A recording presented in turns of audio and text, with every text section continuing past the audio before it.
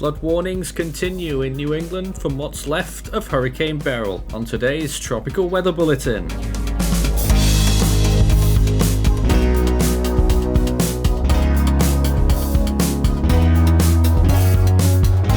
And now the latest around the wide world of tropics. Tropical Weather Bulletin for July 11th.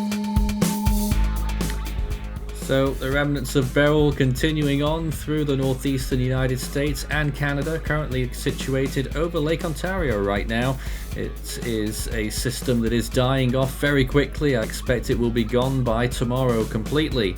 A few other little areas starting to pop up now around the world. First of all, to the Atlantic on day 41 of hurricane season. Now the National Hurricane Center have designated that little bit of convective activity off the coast of Florida there, giving it a 10% chance of development.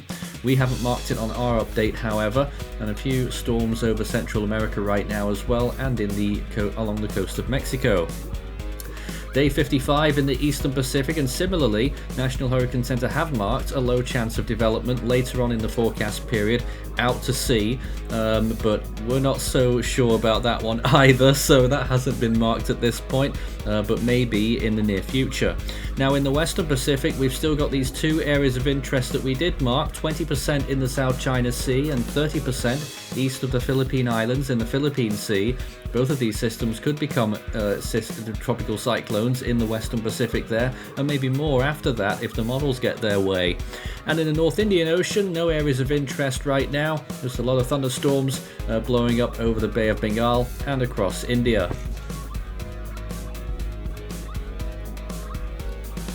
And in the southwest Indian Ocean, not too much going on here either, no areas of interest, just a few little clouds and thunderstorms there off the Seychelles and in the equatorial regions out towards the east. Feels like a long time now since we had Cyclone Iali, doesn't it? But that was only a couple of months ago. Well, this is Beryl then. It's currently 63 kilometers from Rochester on the coast of New York, 65 from Belleville on the other side in Ontario, 126 from Kingston, 159 from Watertown, and 394 from Montreal. There were flash flood warnings in effect until recently. Looks like they got cancelled, but still a lot of flood warnings for the northern part of New England and over the border into southern Canada across Quebec and further east into New Brunswick. Well, let's take a look at the latest satellite imagery then of the view across the whole Atlantic, actually, there across the eastern United States. Well, there's Beryl up the top there, really looking very weak now as we look at this imagery, and that little area of interest down there near Florida, blowing up some decent convection actually this morning, and could be some significant thunderstorms just about reaching the coast. But as for Beryl, it's really not much going on there at all anymore. Convection is very limited indeed. We're looking at the northern side of the system right now. It's safe to say really that it's probably not got a center anymore either. Of course, the Weather Prediction Center were doing updates on it. They've discontinued the updates now. I'm not sure whether that's because they've called it a day or whether it was drifting into the Canadian region rather than over the US, but the center is probably, if it has one, certainly the upper levels down towards Lake Ontario there, and here's a closer view of that area, but all the convection displaced towards the north, most of the heaviest rainfall, but still quite a lot of rain in the area. Of course, we've had lots of tornado warnings from this system as well in the last few days. It was all across New York yesterday, ahead of the center of the system. There it is on the radar imagery, and again you can see how it's been deteriorating really in the last few hours even, how those rain amounts have been gradually subsiding. Here's a close look at that big burst of convection off the coast of Florida. So two banks of storms there on either side of the peninsula, just along that western side there, heading down towards the Tampa Bay area, and on the eastern coast, a huge area off all of the space coast of Florida there.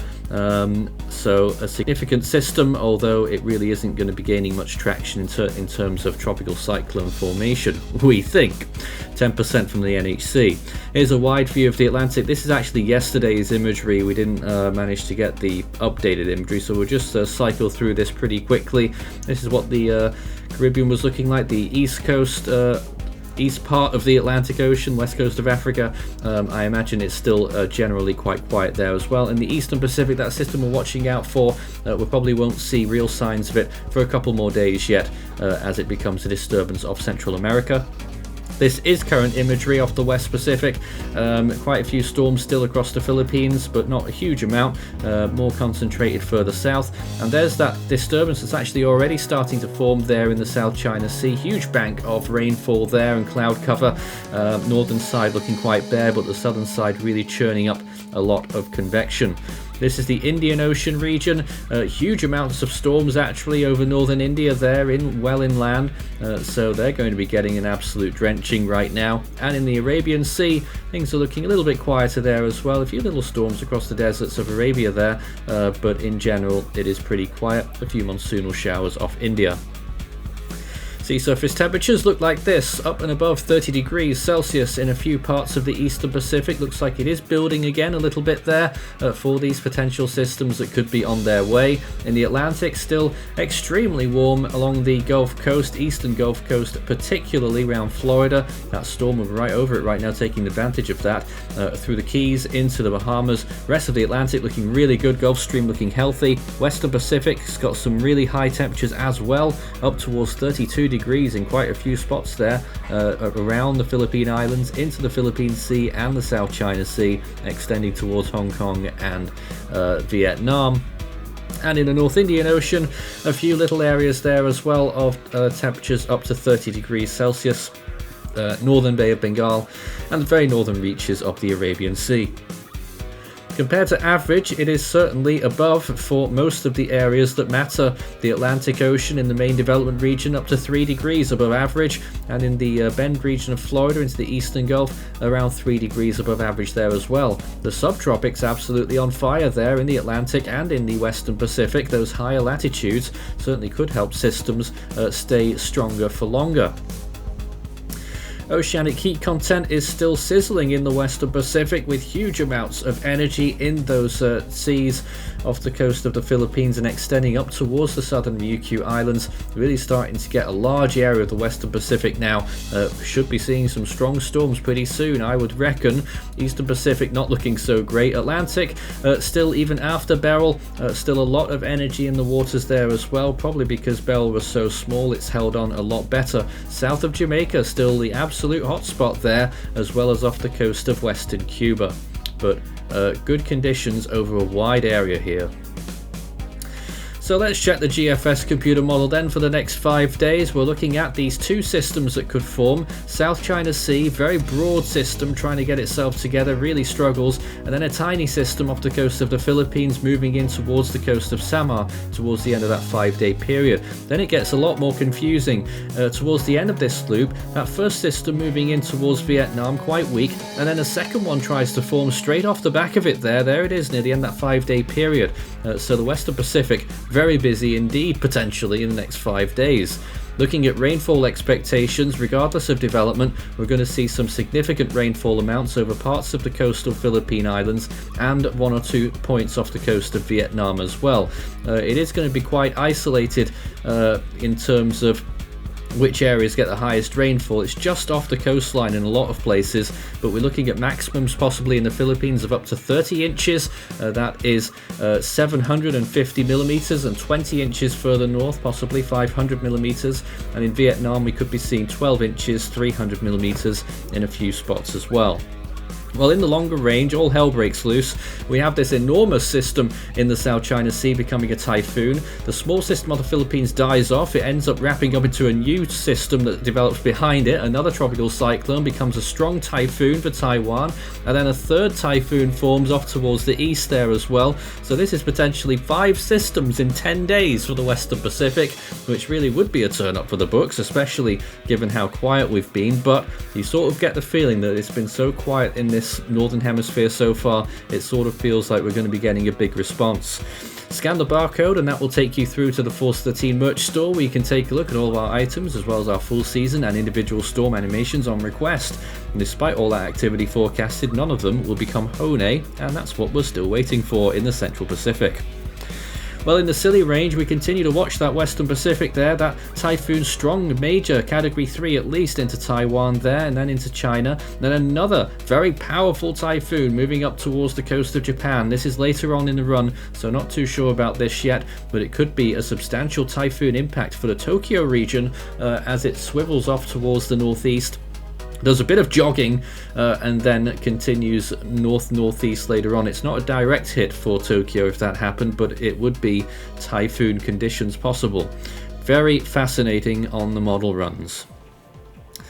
On this day, a different kind of storm. It was Hurricane Chris in the Atlantic 6 years ago today, and Ex-Beryl, a very weak and poor Beryl that year. Well, it really made up for that in 2024, didn't it? We also had Typhoon Maria, of course, which was a Category 5 on approach to the Japanese islands. It had moved through Taiwan and was now making its final landfall in China as a high-end Category 2. Chris peaked, I think, was 105 mile per hour winds, looking very impressive on that particular satellite imagery, and I remember it well. We were tracking it here on Force 13. Well, back to this year then, and the next name on the Atlantic naming list, well, we're exactly where we were in 2018. It's Debbie. In the Eastern Pacific, it's Bud, and in the Central Pacific, it is still Hone, which is almost where we were in 2018. We haven't had Hone or any storm in the Central Pacific for nearly 5 years. In the Western Pacific, the next name is Gamey, and in the North Indian Ocean, of course, it is Asna. 24 storms so far this year puts us well behind, and even after Beryl, I think we're still about 30% below average for the Northern Hemisphere. Goes to show just how badly we've been flagging so far. Australian region, Robin is next up. Southwest Indian Ocean is Ansha, and in the South Pacific, the next name is Pitta. That's it from today's Tropical Weather Bulletin. We'll be back again tomorrow. Become an ultimate fan today.